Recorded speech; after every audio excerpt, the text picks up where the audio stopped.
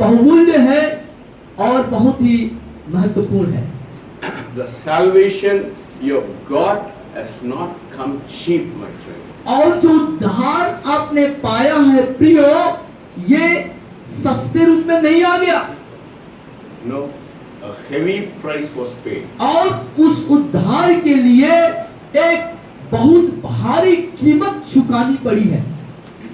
Jesus shed his precious blood for us, for you, for your salvation. आपके लिए, हमारे लिए और आपके उद्धार के लिए प्रभु यीशु मसीह ने अपने बहुमूल्य रक्त को बहाया। Hallelujah. Hallelujah.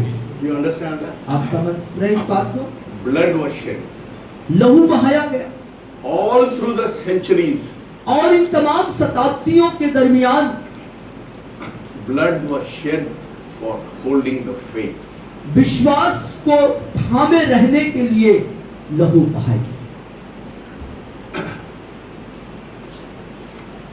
Without the blood, लहू के बिना you will not be sitting in this place. इस स्थान पर आप नहीं बैठते। How many of you have this Bible? कितने लोगों के पास बाइबल है?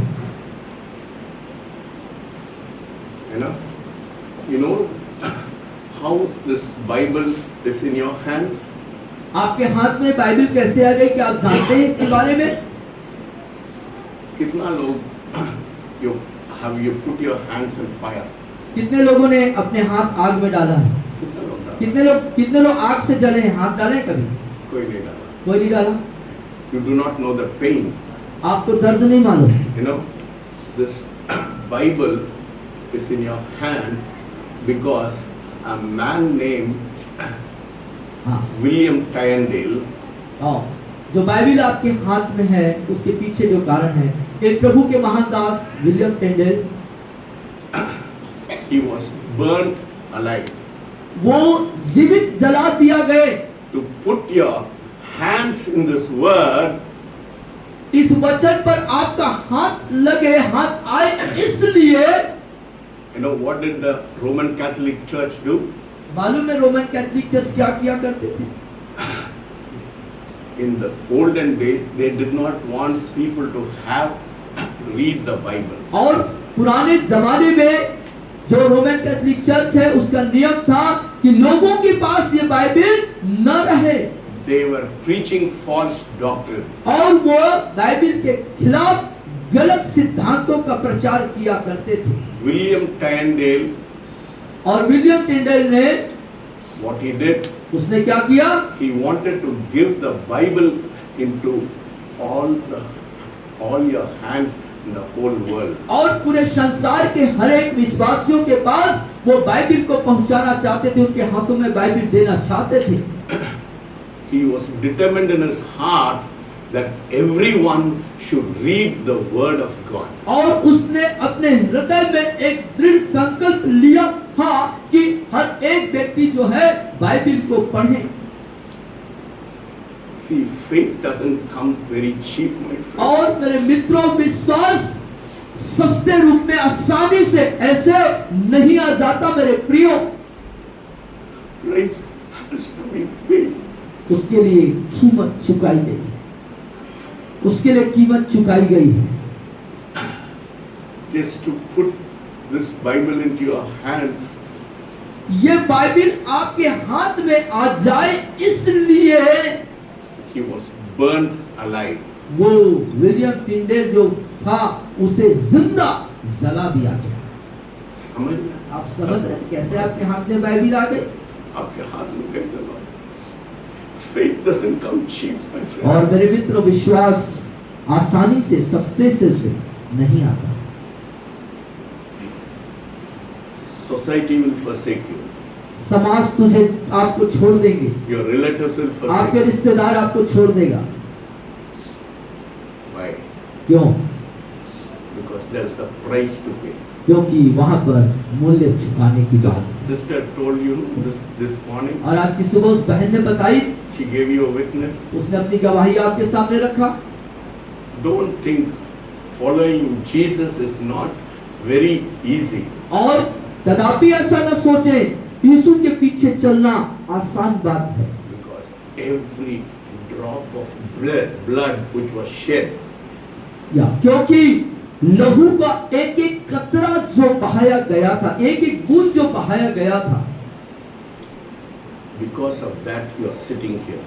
उसके कारण से ही आप यहाँ पर बैठे हुए। The first person पहला व्यक्ति who died for the faith is John Hess. और विश्वास के लिए पहले व्यक्ति की कुर्बानी या बलिदान हुई, उनका नाम है John हेस। He was burnt alive. वो जिंदा जलाए गए। आप लोग वो उंगली को भी वो जलाने के लिए नहीं करते। आप उंगली भी जलाने की कोशिश नहीं करेंगे या नहीं जलाएंगे, Because it's very painful. क्योंकि वो बहुत दर्दनाक But होगा। imagine कल्पना करिए, the whole body. पूरी शरीर, They tied him to a pole वे उसे एक खंबे पे बांध दिए थे and put sticks all around him और उसके चारों तरफ लकड़ियां सजा दी गई थी and they burnt him alive. और उसे जिंदा जला दिया गया। When he was alive, can you imagine the pain? जब वो जिंदा था और जलाया गया, आप कल्पना कर सकते हैं कि कैसा दर्द रहा होगा उसे। Is even during that time, और उस समयों में, उस दौरान his praise was more than the shout of the people who were burning him on the sticks. और उस जलते हुए आग में जलते हुए स्थिति में उसकी आराधना, उसकी स्तुति की आवाज इतनी बुलंद थी कि जो लोग चिल्ला रहे थे उनसे उसका आवाज बहुत बुलंद था। No? So don't treat this book very cheap.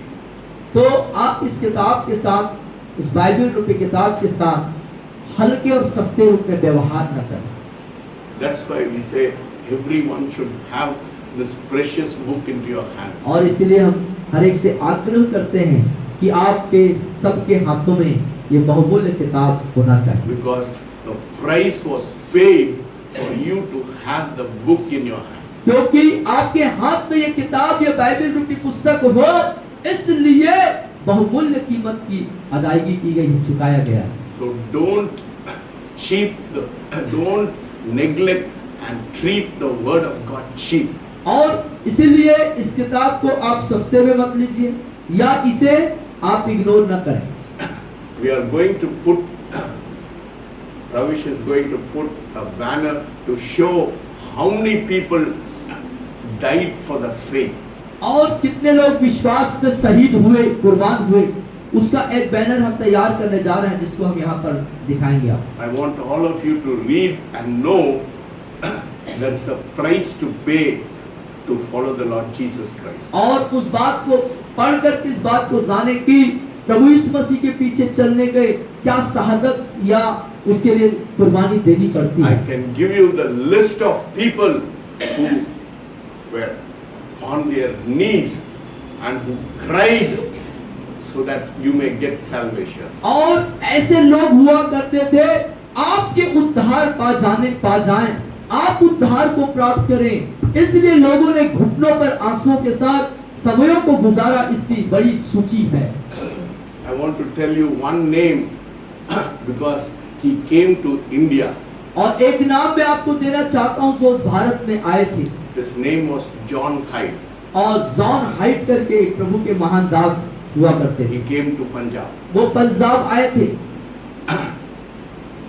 He prayed so much that his heart became weak.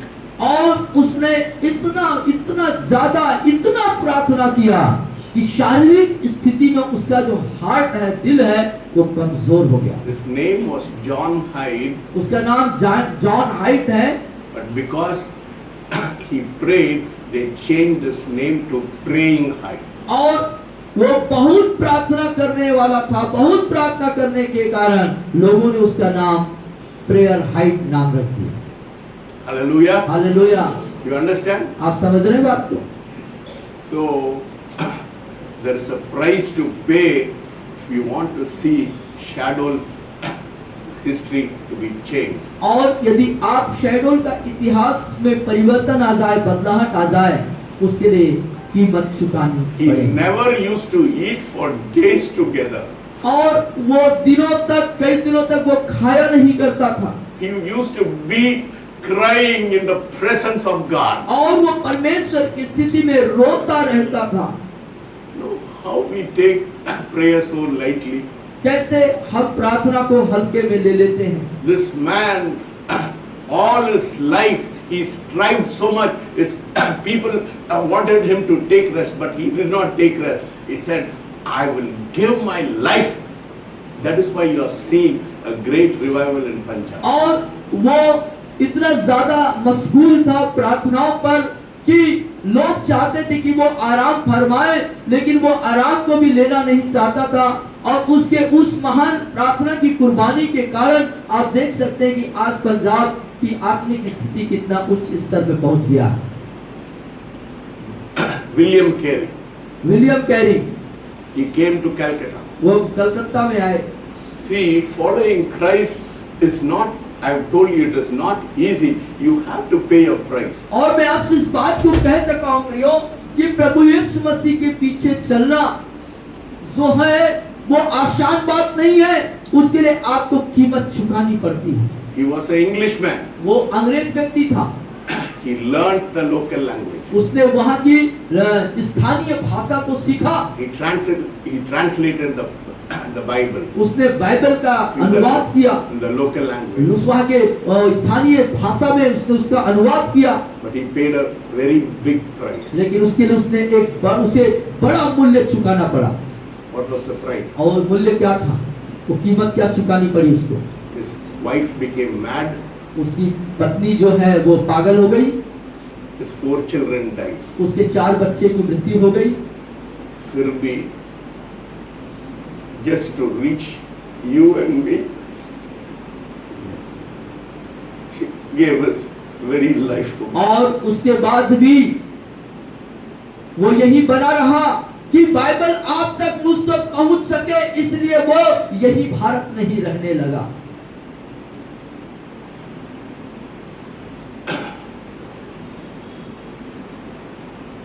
See, without paying a price, we cannot see change in the city of shadow. और shadow शहर में उस परिवर्तन को, ऐतिहासिक परिवर्तन को हम नहीं देख सकेंगे जब तक कि हम एक सत्य बहुमूल्य कुर्बानी को, शहादत को नहीं देंगे। कितना दास लोग, उन लोग को पैर उसको घुटनों छिल गया प्रार्थना में रहने में। कितने प्रभु के ऐसे दास हुआ करते थे जिनके प्रार्थना वो इतना करते थे कि उनके घुटने छिल गए, वहां पे काले पड़ गए थे।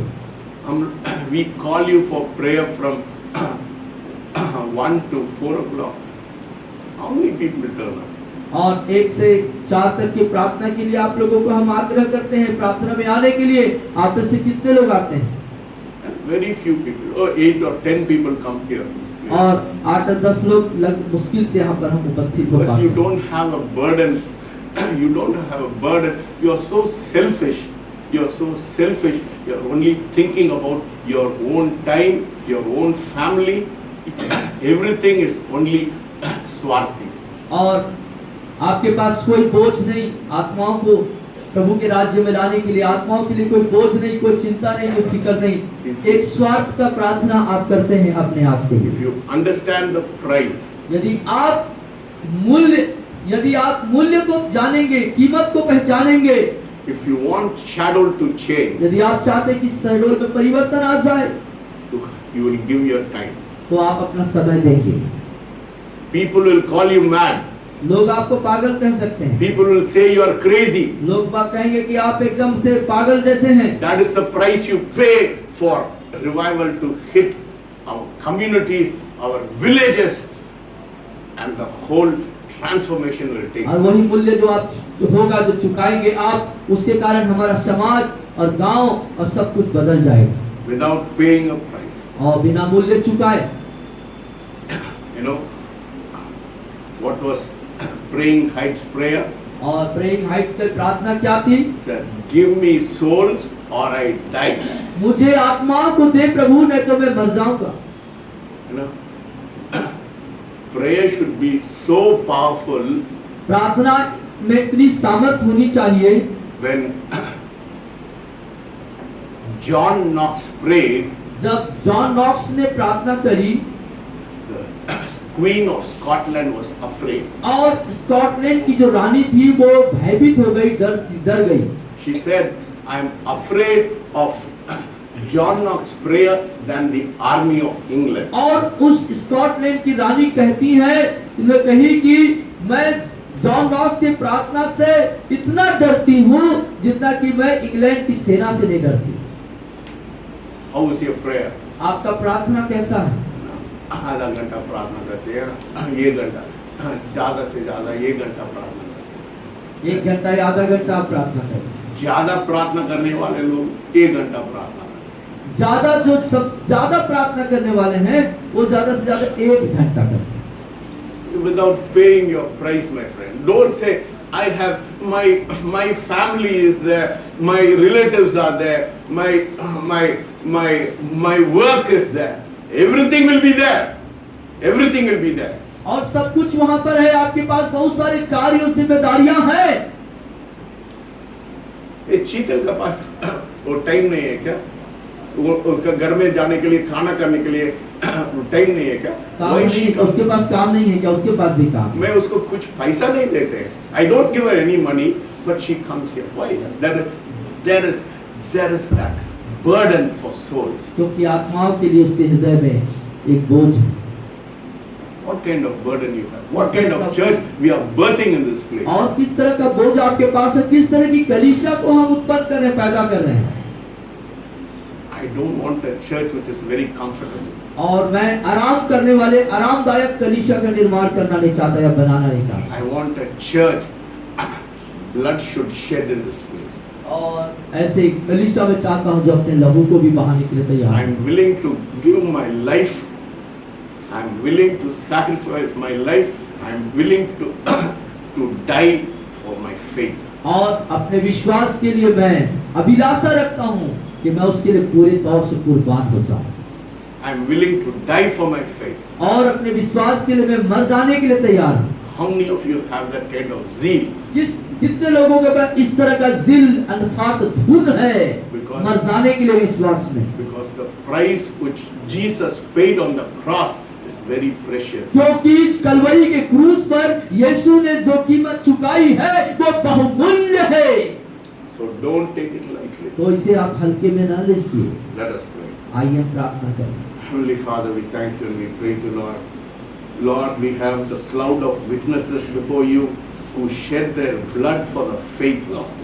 स्वर्गीय पिता परमेश्वर, धन्यवाद, स्तुति, प्रशंसा हो कलवरी के क्रूस पर जो लहू आपने बहाया उसके लिए मैं तेरा शुक्रगुजारी करता हूँ। And there are so many saints who shed their blood for the faith, Lord.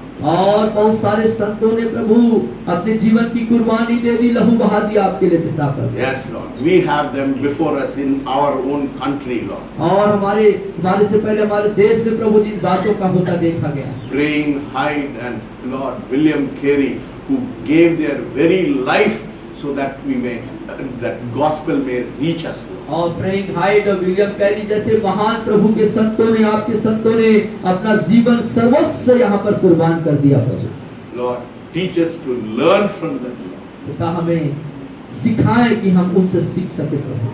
Lord, this life is only for 2 days, प्रभु ये जीवन सिर्फ 2 दिन के लिए है, but eternity is always forever and ever. लेकिन अनंत जो है सदैव हमेशा अनंत के लिए है। Instead of investing for these temporary things, let us look for eternity, Lord. होने दे पिता कि इस 2 दिन के जिंदगी के लिए सब कुछ देने से बेहतर होगा कि हम अनंत के लिए सब कुछ कुर्बान कर दें। Speak to us, हमसे बहुत बातचीत transform कीजिए, us, हमें बदल दीजिए, change us. हमें परिवर्तन कर दीजिए। Let your word go deep down into us. होने दे पिता आपका वचन हमारे हृदय की गहराई में जाए। Let us be people who will be able to pay the price for our faith, Lord. होने दे पिता परमेश्वर हम ऐसे व्यक्ति बने, ऐसे जन बने जो अपने विश्वास के लिए सब कुछ कुर्बान कर देने वाले हो। In Jesus' name I pray. यीशु मसीह के नाम से प्रार्थना मांगता हूँ, सब कहेंगे आमीन।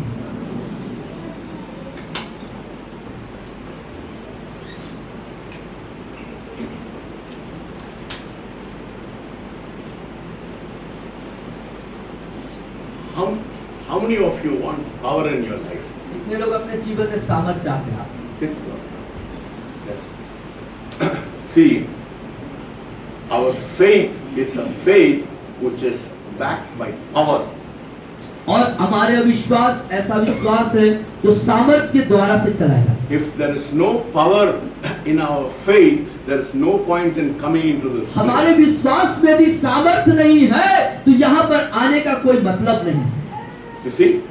So, I don't want to waste your time if I am not be able to tell you that the faith we are following is a faith which is backed by power. और यदि विश्वास में सामर्थ्य नहीं है और इस बात को मैं आपको नहीं बता रहा हूं तो आप अपना समय या मेरा समय न व्यर्थ बर्बाद Yes, करें। I don't want to waste your time. और मैं आपका समय व्यर्थ खराब करना नहीं चाहता। I want you to be benefited by coming into this place to know that even each and everyone who's powerless will receive power when you come into this और place. मैं चाहता हूं कि आप में से हर लोग इस लाभ का उठाएं कि वो सामर्थ जो आपको मिली हो सामर्थ से आप नवाजे जाएं।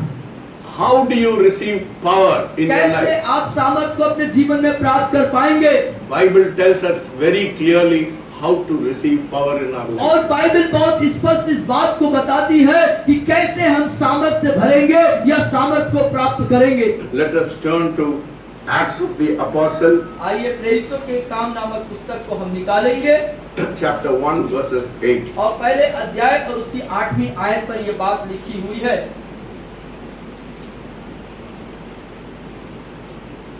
पढ़िए 1:8 पढ़िए.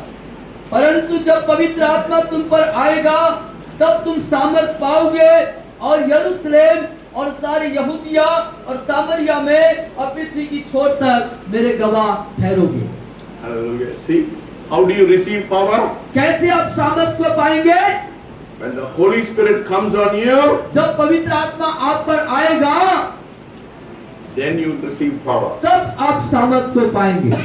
See, one of the neglected fact और एक जो इनकार कर देने वाली जो तथ्य है which has been pushed to the first century Christianity is the baptism of the Holy Spirit. और पहली शताब्दी के कलीसिया के लोगों को जो आगे बढ़ाने वाली बात थी वो ये नहीं. Oh, the baptism of the Holy Spirit is being pushed to the first century Christianity. तो जो पवित्र आत्मा का जो अभिषेक था उसके द्वारा से पहली शताब्दी की कलीसिया जो है वो आगे की ओर जाती है उस पवित्र आत्मा के अभिषेक के द्वारा। That is why people do not know the importance of being baptized in the Holy Spirit. और इसलिए अभी के जो लोग हैं वो जो है पवित्र आत्मा के आग के अभिषेक की महत्वता की उसके महत्वपूर्णता को लोग नहीं जानते हैं। Many people say they have been baptized in the Holy Spirit, but the Bible is talking about important evidence you should have when you are baptized in the Holy Spirit. और कई लोगों का कथन ऐसा है कि वो पवित्र आत्मा की उस आग से बपतिस्मा तो लिए थे लेकिन उसके लिए कुछ जो है क्या बोलना चाहिए उसको कुछ सबूत उसकी पहचान या उसका चिन्ह होना जरूरी है। You know, what is the sign of receiving the baptism of the Holy Spirit in your life? आपके जीवन में पवित्र आत्मा के बपतिस्मा हो जाने की पहचान या चिन्ह क्या है? You should understand and you should know what is the sign that you need for the baptism of the Holy Spirit. समझे और जाने कि आपके जीवन में पवित्र आत्मा के आग का अभिषेक क्यों जरूरी है। You see, everybody wants power, हर एक व्यक्ति सामर्थ्य चाहते हैं but they are not obedient to what the Word of God is saying. लेकिन परमेश्वर का वचन क्या कहता है इसके प्रति वो आज्ञाकारी नहीं है।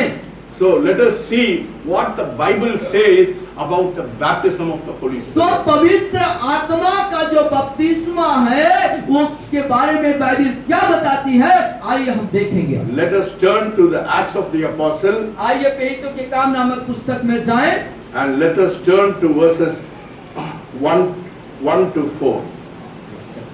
chapter 2, 1 to 4. और दूसरा अध्याय और 1 से लेके 4 तक मैं पढ़ूंगा। जब पिन्तेकुस्त का दिन आया तो वे सब एक जगह इकट्ठे थे। एकाएक आकाश से बड़ी आंधी की सी सनसनाहट का शब्द हुआ और उससे सारा घर जहां वे बैठे थे गूंज गया और उन्हें आग किसी जीव में फटती हुई दिखाई दी और उनमें से हर एक पर आ ठहरी।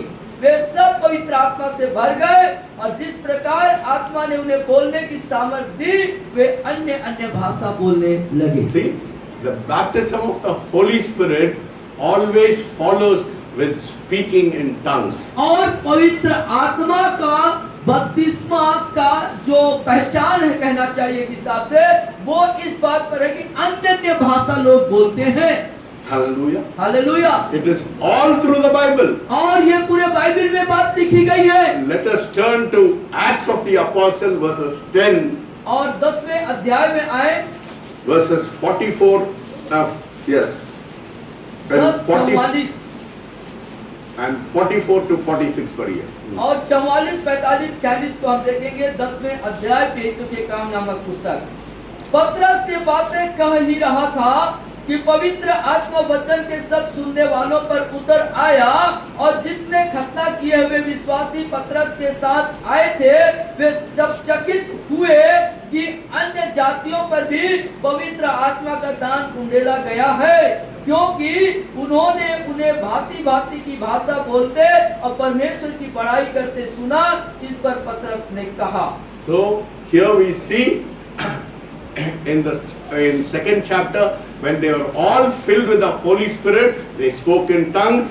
In Cornelius's house, when the Gentiles, when they were filled with the Holy Spirit, they spoke in tongues. और यहाँ पर हम देखते हैं प्रेरितों के काम 2 अध्याय में जब 1 से 4 तक हम पढ़ते हैं तो पवित्र आत्मा का जो अभिषेक आया तो वे सारे लोग अनन्य भाषा बोलने लगे।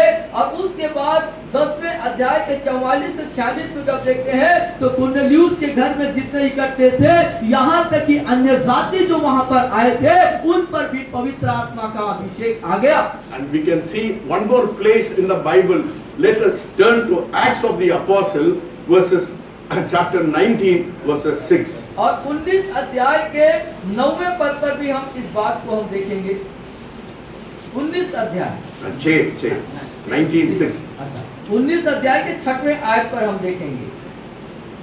जब पौलुस ने उन पर हाथ रखे तो पवित्र आत्मा उन पर उतरा और वे भिन्न भिन्न भाषा बोलने और भविष्यवाणी करने लगे। Hallelujah. Hallelujah. You see, everywhere we see the baptism of the Holy Spirit was followed by speaking in tongues. और हर एक जगह हमने देखा पवित्र आत्मा का बपतिस्मा पाने के बाद मतलब लोग अन्य भाषा बोलने लगे। So what was the evidence of being filled with the Holy Spirit? Baptism in the Holy Spirit. और इसलिए समझे ध्यान दें इधर कि पवित्र आत्मा का बपतिस्मा लेने का पहचान क्या है? क्या है? अन्य भाषा बोलना। Hallelujah. Hallelujah. How many of you seen elephant? कितने लोग हाथी देखे? Have you seen an elephant without a trunk? आपने किसी हाथी को बिना सूंड के देखा है? No. कोई दुनिया में कोई वो हाथी है without the trunk? कोई ऐसा हाथी है पूरी दुनिया में जिसका सूंड नहीं होगा? देखे कहीं? है ना? So all the elephants in the world has got a trunk. तो इस दुनिया में जितने भी हाथी हैं सबके पास सूंड है। If the elephant does not have a trunk, it means it is a trunkless elephant. और यदि हाथी के पास सूंड नहीं है तो क्या कहेंगे उसको? बिना सूंड का हाथी। So in the same way, उसी प्रकार if the baptism of the Holy Spirit does not follow in speaking in tongues, it doesn't mean that you are baptized in the Holy Spirit. और यदि आप के पवित्र आत्मा की बपतिस्मा नहीं लिए हैं और यदि आप अन्य भाषा नहीं बोल रहे हैं इसका मतलब आपने पवित्र आत्मा का बपतिस्मा There नहीं is लिया। no baptism of the Holy Spirit without speaking in tongues. और पवित्र अन्य अन्य भाषा बोले बिना आप जो है पवित्र आत्मा का बपतिस्मा नहीं लिए हैं।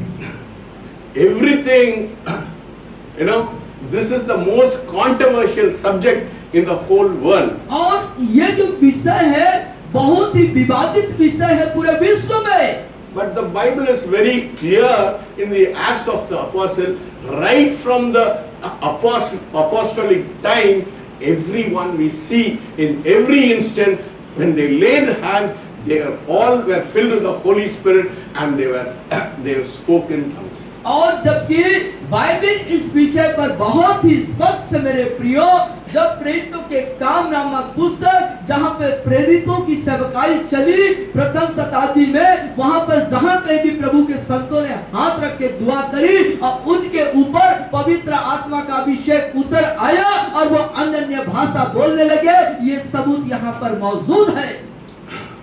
This is the most controversial subject in the body of Christ. और मसीह के शरीर के अंदर ये सबसे बड़ा विवादित और तर्क वितर्क करने वाला विषय है। Everything God does is controversial. और सब कुछ परमेश्वर जो बहुत नियम से करते हैं। नहीं यार, everything God does is controversial. वो अविवादी, हाँ अविवादी होता है। Yeah. तो मैं उसी को नियम से बोल दिया। तो सब कुछ को परमेश्वर बिल्कुल बिना विवाद के कार्य करते हैं।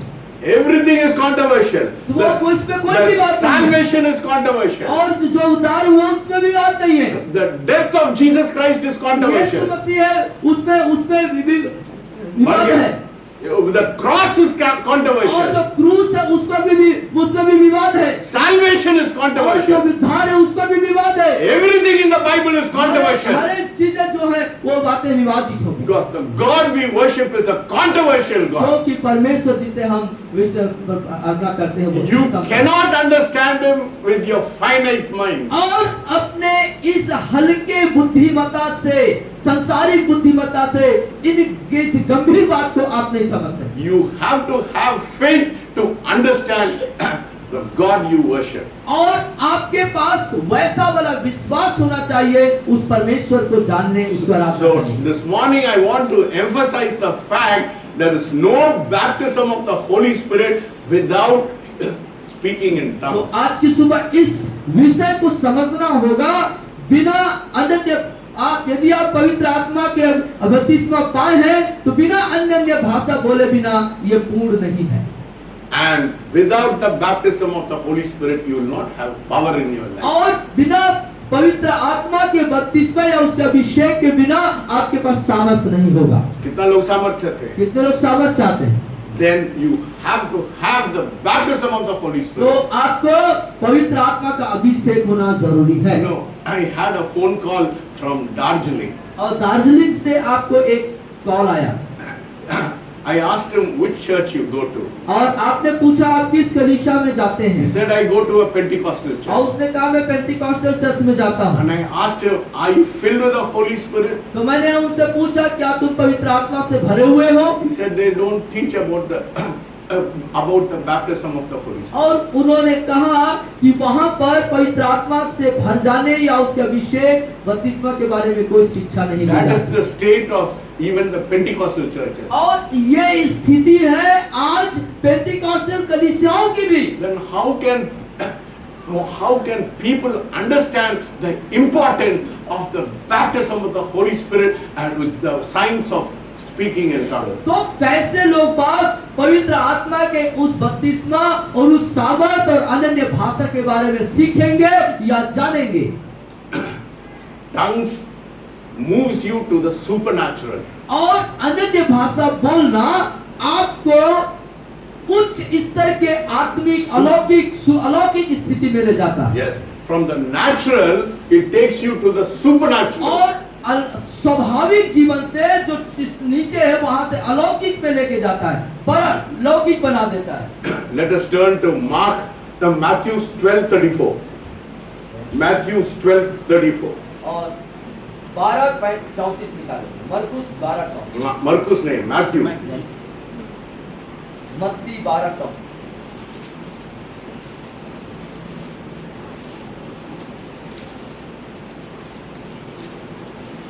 34, the latter part of the words. For out of the abundance of the heart, the mouth speaketh. क्योंकि जो मन में भरा है वही मुंह पर आता है. Hallelujah. You see, when your heart is filled, then your mouth speaks. और जो आपके मन में हृदय में भरा हुआ होता है वही बात मुंह से बाहर निकलता है. That is what the Bible says. Out of the abundance of your heart, your mouth speaketh. और बाइबल इस बात को बताती है जो मन में है जो दिल में है वही बात मुंह से बाहर निकलता When है. the human heart is full, it cannot contain and it has to speak. और मानव जो हृदय है वो जब भरा हुआ है वो उसको संभाल नहीं सकता, वो बाहर निकलता है. That is what happened when you are baptized in the Holy Spirit. और ऐसी ही बात होती है जब आप पवित्र आत्मा के बपतिस्मा को लेते हैं. Yes, when the Holy Spirit fills you in your body, और जब पवित्र आत्मा आपके शरीर में जब भरता है, when your heart is full, जब आपका हृदय उन पवित्र आत्मा के द्वारा से भरता है, the outflow comes through your mouth. तभी वो बातें आपके मुंह से जाहिर होती है, बाहर निकलती है. That is what Jesus said. Out of the abundance of your heart, और इसलिए your mouth speaketh. इसलिए यीशु मसीह कहते हैं जो तुम्हारे मन में है जो तुम्हारे हृदय में है वही बात तुम्हारे मुंह से When बाहर the निकलती है. Holy Spirit fills you, और जब पवित्र आत्मा तुमको भरता है you will not be able to contain और yourself. तब अपने आप को आप संभाल नहीं पाते हैं You will start uttering out of your और mouth. तब अपने मुंह से उसको बोलना चालू करते हैं, आप बोलना चालू कर देते हैं. When there is a supernatural infilling, जब अलौकिक भराव हो जाता है, अपने अंदर भरता है, there is a supernatural outflow. तब उसके बाद अलौकिक बाहर निकलना भी होता है. That is how it works. और यही है कार्य करता है. When you infill, you outflow. और जब आप भरेंगे तब बाहर निकालेंगे.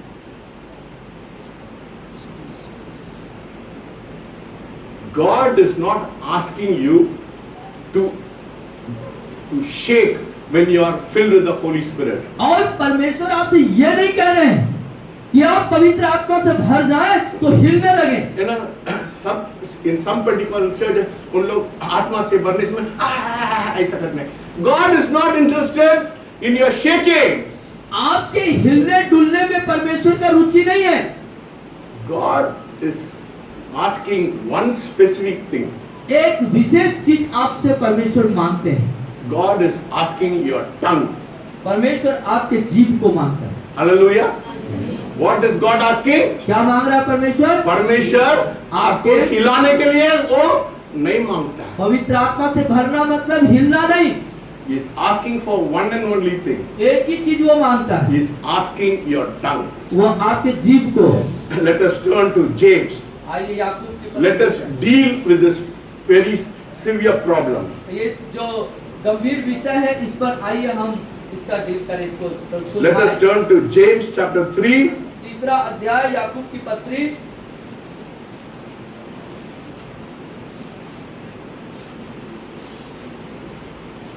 and verses 4. और उसकी चौथी आयत, तीसरे अध्याय की चौथी आयत याकूब की पत्री.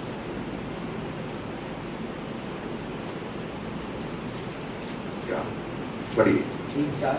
हाँ, 3. देखो जहाज भी यद्यपि ऐसे बड़े होते हैं और प्रचंड वायु से चलाए जाते हैं तो भी एक छोटी सी पतवार के द्वारा मांझी की इच्छा के अनुसार घुमाए जाते हैं. Hallelujah. You see, how many of you seen a ship?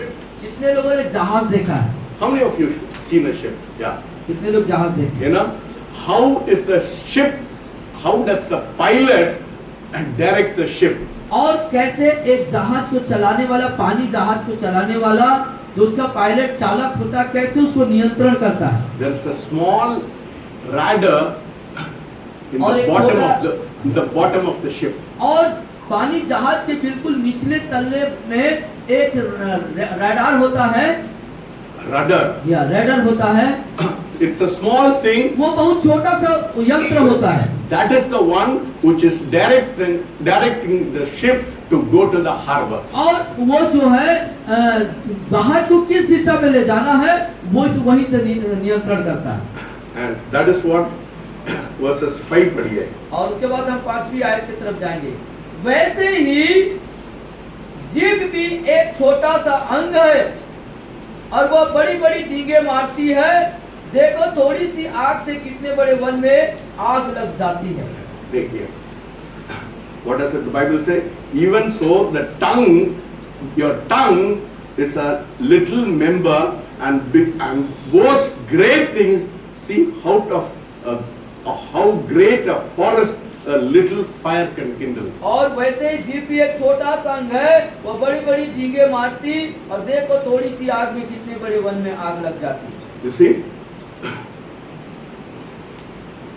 the most problem member of your body is your tongue. और आपके शरीर के जो अंगों में से एक जो खतरनाक अंग कहना चाहिए वो है आपका जीभ। The rudder of the ship is compared to the personality of your tongue. और जो जहाज का रडर है, जो छोटा सा यंत्र है, उसकी तुलना हमारे शरीर के छोटे से अंग जीभ से की गई है। If the tongue is rightly used, यदि जीभ का सही उपयोग किया जाए, you will be in heavenly places. तब आप स्वर्गीय स्थान में होंगे। Yes, I am saying this. If the tongue is rightly used, यदि हमारे जीभ का सही तरीके से उपयोग किया जाएगा तो you will be in heaven. आप स्वर्ग में होंगे। If it is wrongly used, यदि वो गलत तरीके से उपयोग की जाए तो you will perish.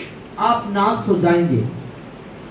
If the tongue is misused, यदि जीभ का दुरुपयोग, गलत उपयोग किया जाए तो has a vital consequence in your life. आपके अंदर में एक कड़वाहट भरे विवेक को उत्पन्न हो जाता है। Yes, if you say behind it, if I use my tongue, if I misuse my tongue, यदि मैं मेरे पीछे बोले, यदि मैं अपने जीभ का गलत उपयोग करता हूं तो I will face a vital consequence. मैं एक कड़वाहट भरे विवेक का सामना करूंगा। The rudder of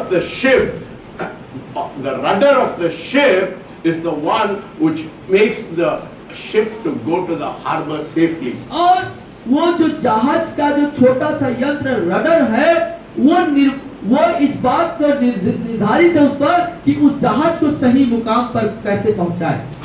And the rudder of our life is our tongue. और उसी प्रकार हमारे जीवन का रडर हमारा जीभ है। God has provided us a rudder which is your tongue, and the pilot is the Holy Spirit. और जो हमारे शरीर का जो रडर है वो छोटा सा अंग जीभ है और उसको चलाने वाला पायलट पवित्र आत्मा है। How to use your tongue? कैसे अपने जीभ का हम उपयोग करें। Let us turn to Proverbs 18. 18 अध्याय नीति वचन पे आ जाएंगे। Let us turn to Proverbs 18 नीति वचन 18 and verses 21. और 21वीं आयत 18 18:21. 21। जीभ के वश में मृत्यु और जीवन दोनों होते हैं और जो उसे काम में लाना जानता है वह उसका फल भोगेगा।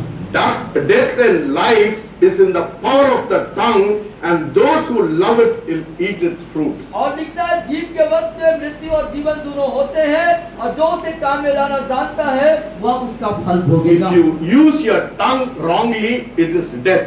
और यदि आप अपने जीभ का इस्तेमाल गलत तरीके से करते हैं तो उसमें आप नाश हो जाते हैं। If you use it rightly, it is life. और यदि आप उसको सही तरीके से उपयोग करते हैं तो आपको जीवन मिलता है। You need help, and God has provided that help. और आपको जरूरत है उस मददगार की जिसे खुदा ने आपको दिया है। One way of receiving the tongue is to hand over the rudder to the pilot, that is the Holy Spirit. और एक तरीके से उस रडर अर्थात जीव का सदुपयोग हो, उसका सही तरीका सही मार्ग है, उसे पूरे तौर से जो पायलट जो चालक पवित्र आत्मा है उसको हम समर्पित कर दें। The one thing I want to make it very clear. और एक बात मैं आपको बहुत स्पष्ट करना चाहता हूँ। Last week I told you about the free will of God. और पिछले सप्ताह मैंने परमेश्वर ने आपको स्वतंत्र इच्छा दी है, इस पर मैंने बताया। God will not force anything on you. किसी बात के लिए परमेश्वर आपको पर दबाव नहीं डालते। You have to hand over it if you want blessing in your life. और आपको अपने से परमेश्वर को समर्पित करना होगा ताकि आप आशीषित हो।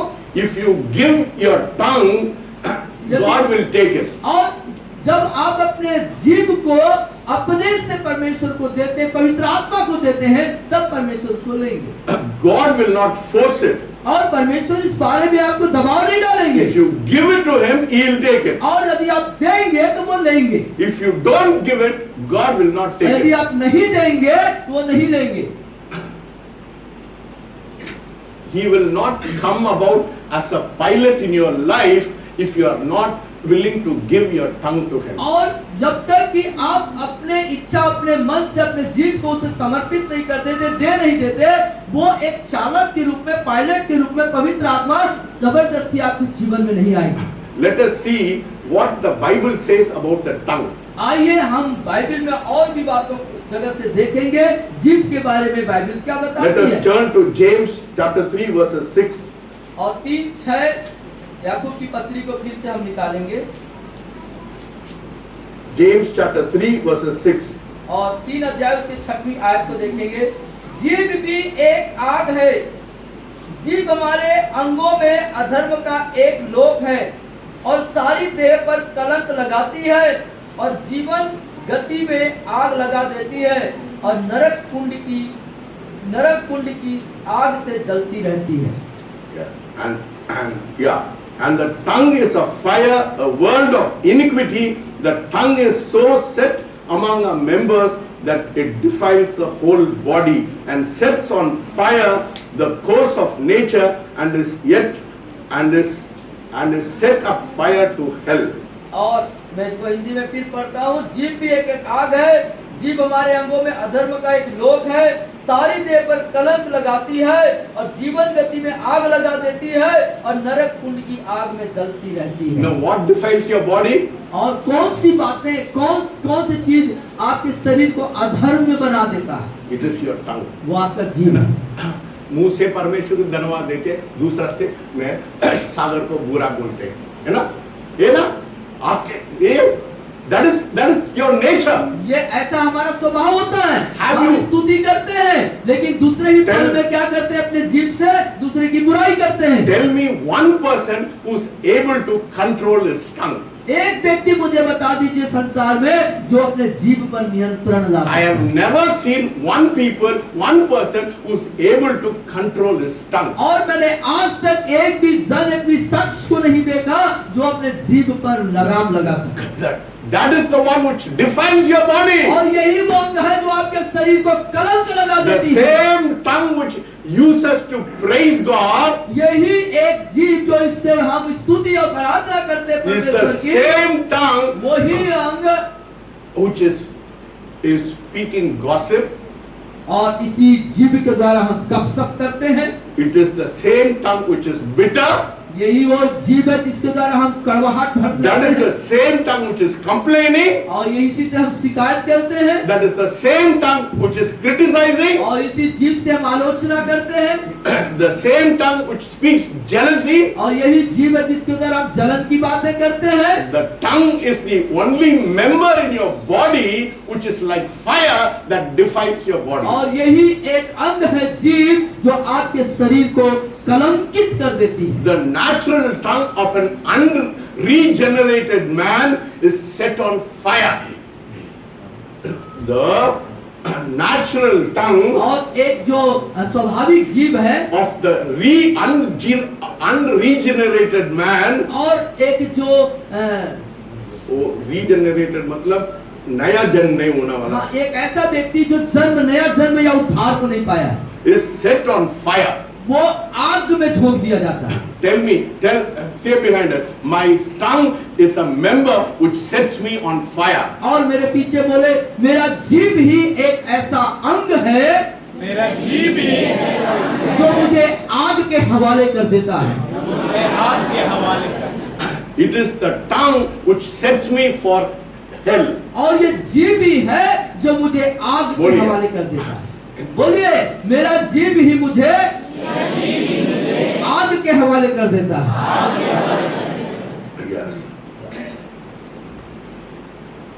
But when you have the baptism of the Holy Spirit, लेकिन जब आपके पास पवित्र आत्मा का वो बपतिस्मा होता है, when you have the baptism of the Holy Spirit, the fire from heaven falls and that takes control of your human tongue. और वो आग जो स्वर्ग से आपके ऊपर उतरती है, वो आपके मानवीय और शारीरिक जीव को अपने नियंत्रण में ले लेती है। Do you understand this? आप बात को समझ रहे हैं? When you have the baptism of the Holy Spirit, जब आपके पास पवित्र आत्मा का बपतिस्मा होगा, the fire from heaven वो स्वर्ग से उतरी हुई आग falls and that takes control of your human tongue. आपके मानवीय जीव के ऊपर उतर करके उसे अपने नियंत्रण में ले लेती है And purifies the body. और आपके संपूर्ण शरीर को शुद्धिकरण में परिवर्तित करती है। What does 3:6 says? That the whole body is set on fire and the course of nature and it is set on fire by hell. So your unregenerated tongue is set on fire by hell. और इसीलिए आपका वो जीव जिस जीव ने उद्धार नहीं पाया है, नया जन्म नहीं पाया है, वो आपकी नरक कुंड की आग में जलने के लिए डालते हैं। डाल देने चलता है जलता है। It is your unregenerated tongue is from hell, but when you are filled with the Holy Spirit, the Holy Spirit takes control of the human tongue. It purifies your body, and it can stop the unregenerated your tongue from hellfire. और जो उद्धार नहीं पाया हुआ जीव है, वो नरक कुंड की आग में जलती रहती है। लेकिन जब पवित्र आत्मा का अभिषेक या उसके बपतिस्मा में आते हैं, तो ये मानवीय जीव ये जो आग से जलती रहती है, उसके नियंत्रण में आ जाती है। That is what the Bible says. इसे बात बाइबल बताती है। Acts of the Apostle chapter 2 and verses 4. दूसरे अध्याय में आते हैं। And they were all filled with the Holy Spirit and began to verses 3. Yeah. Then there appeared to them divided tongues as of fire, and one set upon each one of और them. दूसरे अध्याय के तीसरे पद में देखते हैं, उन्हें आग किसी जीवे फटती हुई दिखाई दी और उनमें से हर एक पर आग ठहरी। वे सब पवित्र आत्मा से भर गए। जिस प्रकार आत्मा ने उन्हें बोलने की सामर्थ्य दी, वे अन्य भाषा बोलने लगे। How did the Holy Spirit come on people? कैसे लोगों के ऊपर पवित्र आत्मा आया? Like a cloven tongue. और जीभें फटती सी दिखाई दी। Your regenerated tongue comes from hell. The Holy Spirit tongue comes from heaven. और एक उद्धार नहीं पाया हुआ जीव कहां से आता है? नरक की आग से आता है। लेकिन ये जो जीव फटती हुई जो जीवें हैं, वो स्वर्ग से आता है। That is what it says in Acts 2:3. It says the fire did not come from hell; it came from heaven. और इसीलिए 2 अध्याय के तीसरे पद में ये बात को स्पष्ट करता है कि ये जो जीवें फटती हुई जीवें हैं, ये स्वर्ग से आया था, न कि उस अग्निकुंड से आया था। See, two fires are meeting. 2 आग मुलाकात कर रहे हैं। The regenerated tongue, which comes from hell, and the one which is filled with the Holy Spirit comes from heaven. Where does it meet? It meets in your tongue. और जो उद्धार नहीं पाया हुआ जो जीव है वो अग्नि कुंड से, नरक के अग्नि कुंड से आता है, और उद्धार पाए हुए जीव जो है वो स्वर्ग से आत्मा के रूप में आता है और वो जीव में आकर के दोनों मुलाकात It करते is हैं। the will of God ये परमेश्वर की दिली अभिलाषा है that every believer, कि हर एक विश्वासी that the tongue should be set on fire वो उनकी by the Holy Spirit. और पवित्र आत्मा के द्वारा उनके जीव जो है आग से भस जाएं, Yes, which will testify and glorify God. जिससे परमेश्वर को महिमा और जलाल मिले। Hallelujah. Hallelujah. If you want to glorify God, the best thing to do is to hand over your tongue to the Holy Spirit. और यदि सच में आप परमेश्वर की महिमा करना चाहते हैं तो बेहतर होगा कि अपने जीव को हम पवित्र आत्मा अर्थात परमेश्वर को हम पूर्ण रूप से समर्पित कर दें। One instrument in your whole body, one member in your whole body which you cannot control, you have to give it to the Holy Spirit. और एक अंग, एक छोटा सा अंग जो आपके शरीर का प्रमुख अंग जीव है जिसे आप कंट्रोल नहीं कर सकते, तो क्या करना चाहिए?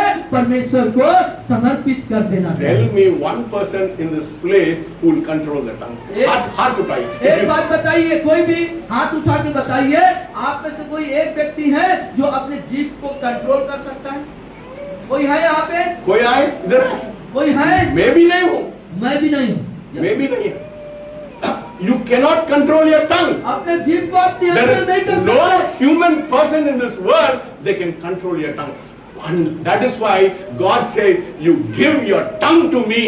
और कोई भी व्यक्ति संसार में अपने जीव को कंट्रोल या कोई व्यक्ति आपके जीव को कंट्रोल नहीं कर सकता, इसीलिए खुदा बाप कहते हैं कि अपने जीव को मुझे समर्पित कर। One member of your body, it's a small member. और आपके शरीर का एक अंग जो सबसे छोटा अंग है It will defile your whole body. आपके पूरे शरीर को कलंकित कर देती है। सच बात है? मैं झूठ सही बात बोलते है हैं। कि गलत बात है? कितना बहुत सच बात है क्या? सही बात है ना? है? सब लोग, कोई भी व्यक्ति मैं बोल सकता है मेरा जीव को मैं गलत में इस्तेमाल नहीं किया। That is why God is saying, give your tongue to me this morning. और इसीलिए आज परमेश्वर आपसे आह्वान करते हैं, कह रहे हैं कि अपना जीव मुझे समर्पित कर। कितना गाली बकते हैं, है ना? कितना गाली बकते हैं, कितना बुराई बोलते हैं, है ना? कहां से उत्पन्न होता है? जीव से। Because you are not able to control your tongue. Because you have not given your tongue to the Holy Spirit, you have given your tongue to Satan and hellfire. That is why everything which comes out of your mouth is always defiling your body. क्योंकि आपने अपने जीव को परमेश्वर को समर्पित नहीं किया। किसको दिया है? शैतान को, और उस अग्नि, नरक के अग्नि कुंड को आपने दे दिया है। इसलिए आपके हृदय से सब प्रकार की बुराई और गंदी बातें बाहर निकल आती हैं। You want to stop all the things which defile your body, your gossiping, your criticism, your complaining, your everything you want to stop it, give your tongue to the Holy यदि आप Spirit. चाहते हैं कि आप आलोचना करना, गपशप करना और गंदी और बुराई चीजें जो आप करते हैं जीव के द्वारा, वो सब कुछ बंद हो जाए, तो एक ही काम करना होगा, अपना जीव प्रभु को समर्पित करना Yes. होगा। That is the work of the flesh. ये शरीर के काम है, That is the work of the ये flesh. शरीर के काम है, Because you don't have any control over your flesh. क्योंकि आपके उस जीव पर आपका कोई नियंत्रण नहीं है। A man of God called Watchman, he said, I cannot improve my flesh, I can only crucify my flesh. और वॉचमैन ली ने कहा कि मैं अपने शरीर को इम्प्रूव मतलब उसको बढ़ा नहीं सकता हूँ, मैं सिर्फ उसे क्रूस पर चढ़ा सकता Yes, हूँ। you cannot improve your flesh. अपने शरीर को आप जो इम्प्रूव नहीं कर सकते, बढ़ा नहीं Because सकते, your flesh will make your tongue to speak evil. क्योंकि आपका शरीर आपके जीव को बुराई करने के लिए, बुरा करने के लिए बोलता है। You may be the most holiest person, but out of your mouth will come criticism, gossiping and complaining and criticism, because your tongue is defiled. क्यों आप हो सकता है कि आप सबसे धर्मी और पवित्र जन कहलाते हो, लेकिन आज साथ ही दूसरा पहलू यह है कि आप गप मारते और नाना प्रकार की आलोचना करते, बुरी बुरी बातें करते, ये सब चीज करते, और इसके द्वारा से आप अपने संपूर्ण जीवन को आप कलंकित With कर your रहे हैं। tongue you boast I pray for 1 hour, I pray for 2 hours, but in the same tongue you used to gossip. हो सकता है कि आप ऐसे कहें कि इस जीव के द्वारा मैं कई कई घंटों तक प्रार्थनाएं करता हूँ, लेकिन उसी जीव के द्वारा आप बहुत सी आलोचना भी करते हैं। That is why God says, I want your tongue. इसीलिए प्रभु कहते हैं, परमेश्वर कहते हैं, तेरा जीव मुझे चाहिए। God doesn't ask anything else. और कुछ चीज नहीं मांगता परमेश्वर He आपसे। knows what defiles you. और जानता है परमेश्वर कि कौन सा अंग आपके संपूर्ण शरीर को कलंकित He कर रहा है। knows your tongue is the one which will defile your whole और body. उस It is बात a को fire. परमेश्वर जानता है कि आपका वो अंग जीवी है जो आपको कलंकित करता है और आग जैसा काम It is करता a fire which flames the forest. है। और ये वो ऐसी आग के समान है जो संपूर्ण जंगल को जला देती है। Small member, और एक छोटा अंग, but the whole body is defiled. लेकिन पूरा शरीर उसके द्वारा से So कलंकित it हो is रहा the है। will of God that every believer, that the tongue set on fire by the Holy Spirit. और ये परमेश्वर की इच्छा है, दिल इच्छा है कि हर एक विश्वासी अपने जीव को समर्पित करे ताकि वो पवित्र आत्मा के अभिषेक के द्वारा से शुद्ध हो Yes. जाए। When you give your tongue to the Holy Spirit. जब आप पवित्र आत्मा को अपना जीव देंगे, So when you speak in tongues, you're giving to the Holy Spirit, saying, Lord, take over my tongue. और जब आप ऐसे कहते हुए कि पवित्र आत्मा परमेश्वर, मैं अपना जीव आपको समर्पित करता तुझे देता हूँ। Look, it takes real humility to hand over your tongue. और जब आप जीव को इस तरीके से समर्पित करते हैं, ये आपके जीवन की वास्तविक नम्रता को दिखाता है। Yes. Proud people will not give their tongue to और God. जो घमंडी लोग होते हैं वो अपना जीव खुदा को नहीं देते। I'm telling you, this is a fact. ये हकीकत है। Many Christians who have been Christians for many years, they are very proud because they are not able to give their tongue to the Holy Spirit. और कई बहुत से मसीह हैं, विश्वासी हैं, कई सालों से विश्वासी हैं, लेकिन वो घमंड से भरे हुए हैं और इसलिए नम्रता नहीं, और क्या करते हैं, अपने जीव को पूरी शिद्दत के साथ समर्पित नहीं करते। They may say, I'm not proud, but because you are not handing over your tongue to the Holy Spirit, you are proud. और वो कहते मैं घमंडी नहीं हूँ, लेकिन आपने अभी तक अपने जीव को पवित्र आत्मा तक परमेश्वर को समर्पित नहीं किया, इसलिए आप घमंडी। Now, how that happens, I'll tell you. और कैसे होता है मैं आपको बताना चाहूँगा। When I was growing up in Chennai, और जब आप चेन्नई में पढ़ रहे थे, all my cousins, we used to go to the swimming pool. और हमारे बहुत सारे कजन होते थे आपके, उनके साथ आप स्विमिंग पूल में जाया करते। स्विमिंग पूल जानते हैं? स्विमिंग पूल जानते हैं? कितना लोग स्विमिंग पूल जानते हैं? है ना स्विमिंग पूल? कहाँ हम लोग तैरते हैं, है ना? हाँ। है ना? होटलों में होता है पानी का टंकी जहाँ पे नहाते तैरते हैं। है ना? So what happened was, most of my cousins knew swimming. I did not know swimming. और मेरे बहुत सारे, आपके जो बहुत सारे कजन हैं, वो बहुत अच्छे से तैरना जानते थे, लेकिन आप तैरना नहीं जानते। And see, in the swimming pool, there will be a boat about 10 or 15 feet high. और 10-15 फीट का ऊंचा का एक बोर्ड हुआ करता था। And you have to dive inside the water. और उसके बाद वहां से आपको पानी में कूदना होता है। Only people who know to swim, they'll dive. और जो व्यक्ति तैरना नहीं जानते वो उस पे डूब जाएगा, क्योंकि वो बहुत गहरा, it will be very deep. और वो जो स्विमिंग पूल है बहुत गहरा हुआ करता था, जो तैरना नहीं जानता वो डूब जा सकता था। But my cousins used to say, you go on top and you jump. और आपके कजन बोलते थे तुम वहां पर जाओ और वहां से कूद जाओ। बहुत लोग डरते हैं, बहुत लोग डरते हैं। मैं नहीं डरता, मैं कूद गया। हाँ, और आप जो है तैरना नहीं जानते, लेकिन आप कूद गए। Yes, I know my cousins will catch it, they'll take hold of. और मैं आप सोचने लगे कि कुछ होगा तो जो मेरे कजन है वो मेरा ध्यान देंगे, मेरे को संभाल लेंगे। Hallelujah. हालेलुया। समझ रहे हैं बात को? समझ रहे बात को? That is the way you give your tongue to them. और ये वो तरीका है जो आपको अपने जीव को खुदा बाप को समर्पित कर देना है। Hallelujah. Hallelujah. How it is very simple. ये साधारण है। You know, I came from a church where they said speaking in tongues is from the devil. और ऐसे कलीसिया से आप निकल के आए हैं जहां पर ये सिखाया जाता या बोला जाता था कि अनन्य भाषा बोलना शैतान की तरफ से, है ना? मैं ऐसा कलीसिया से आया, है ना? ऐसे कलीसिया से आप निकल के The आए। mainland Brethren church. I came from a Brethren church where they said speaking in tongues is not for this generation. और वो ब्रदरन चर्च था जहां से आप निकल करके आए और वहां ऐसा शिक्षा दी जाती थी, ऐसी शिक्षा थी कि अनन्य भाषा ये शैतानिक भाषा है। So when I understood the importance of praying in tongues, लेकिन जब मैंने अनन्य भाषा में बोलने की महत्वता को जाना, I didn't ask anybody's help. और मैंने फिर किसी का मदद नहीं लिया।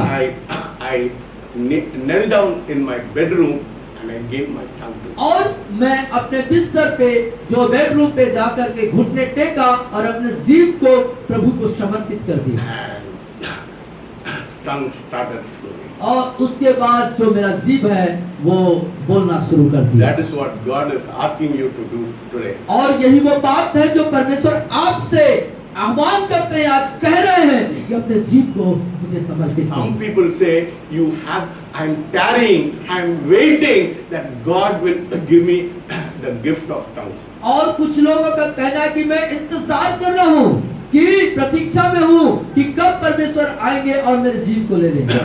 But the Acts of the Apostles say on the day of Pentecost the Holy Spirit came. So again and again the Holy Spirit will not come. Only you have to exercise faith to receive the Holy और Spirit. Pentecost के दिन में वो पवित्र आत्मा आ चुका है, हमारे बीच में है, अब फिर से आने का नहीं, वो आ ही चुके हैं। हमें अपने विश्वास को अभ्यास करना है। Hallelujah. Hallelujah. So there is no point in waiting for the Holy Spirit to fall on you. और आपके ऊपर पवित्र आत्मा कर उतरेगा, इसके लिए आपको इंतजार करने की जरूरत नहीं है। The Holy Spirit fell on the day of Pentecost. Pentecost के दिन में पहले से पवित्र आत्मा आ चुके हैं। All you have to do is to receive now. और आपको जो करना है वो ये कि आप उसको ले लेना है। Let us turn to James chapter 3 verses 8. और 3:8 में फिर जाएंगे याकूब की पत्री। पर जीव को मनुष्यों में से कोई वश में नहीं कर सकता, वह एक ऐसी बला है जो कभी रुकती ही नहीं, वह प्राणनाशक विष से भी भरी हुई है।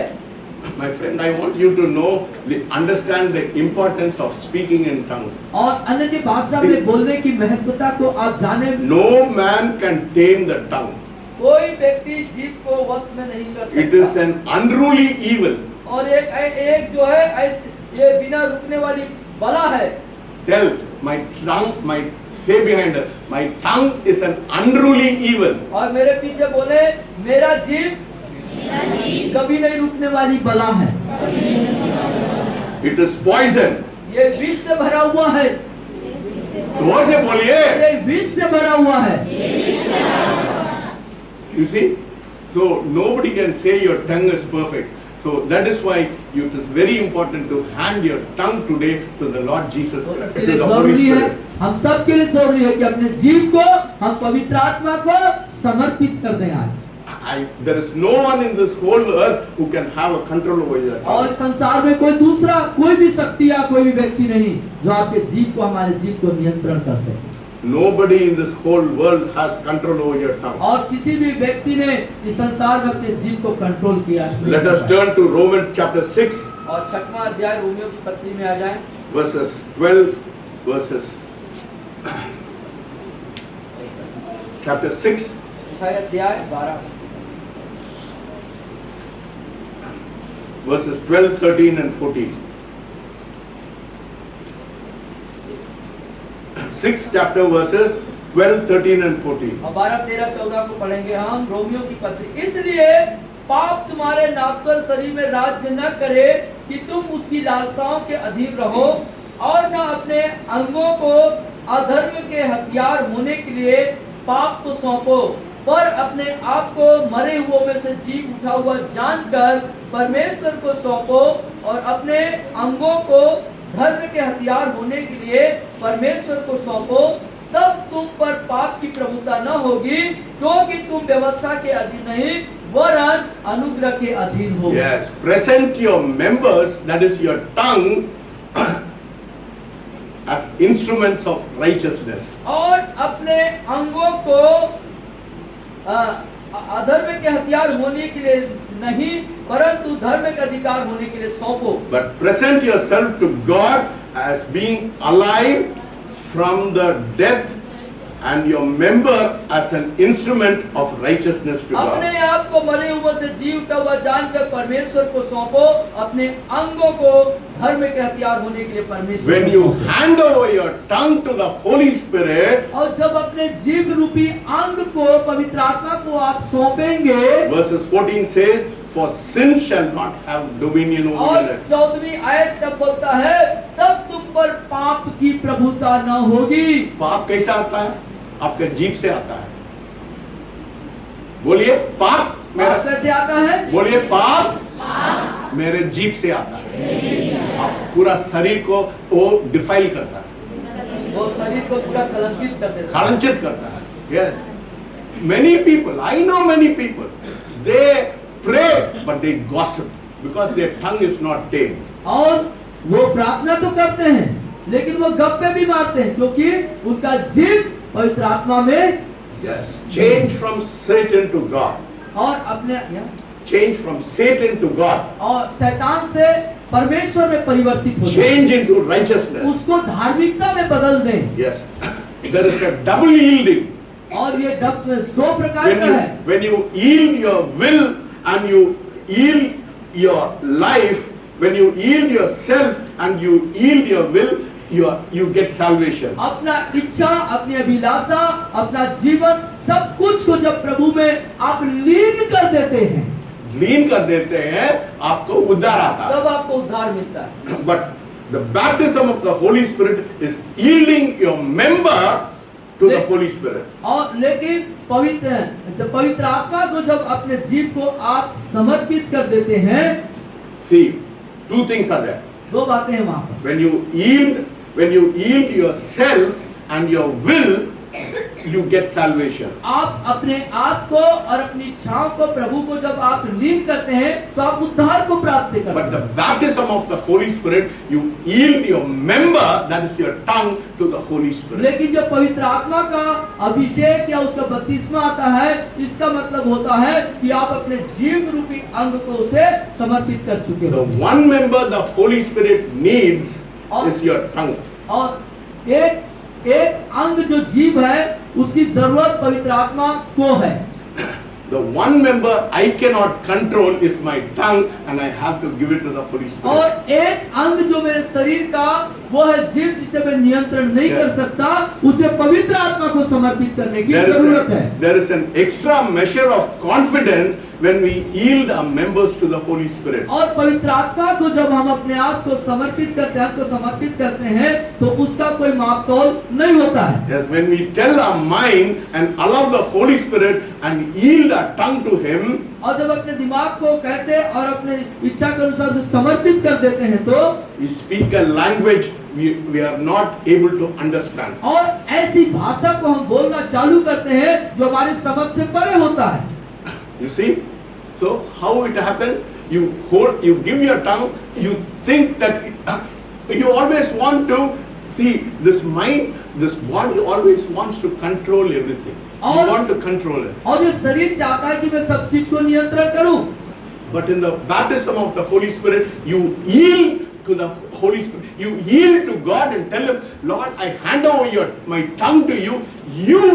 You do whatever you want. और लेकिन जब पवित्र आत्मा का जब बपतिस्मा होता, अभिषेक होता है, तो उस स्थिति में होती है कि हम कहते हैं कि परमेश्वर आप मुझे कंट्रोल करिए, पवित्र आत्मा आप मुझे नियंत्रण करिए। Yes, you say, let go. मैंने छोड़ दिया ना वो स्विमिंग पूल से, मैं छोड़ दिया, नीचे चला गया, ऐसा छोड़ना पड़ता है। और जैसे इन्होंने अपने आप को तैरना नहीं जानते थे, लेकिन एक भरोसे के साथ उस पर कूद गए, उसी प्रकार हमें भी अपने उस जीव रूपी अंग को पवित्र आत्मा में समर्पित कर देना है, और वो उसको नियंत्रण करेगा, वो उसको संभालेगा। Problem with human being is they don't want to lose control. लेकिन जो मानव जीवन के साथ जो समस्या है, वो ये कि वो उसको पकड़ के रखना चाहते हैं, देना नहीं चाहते हैं, They don't want to let go.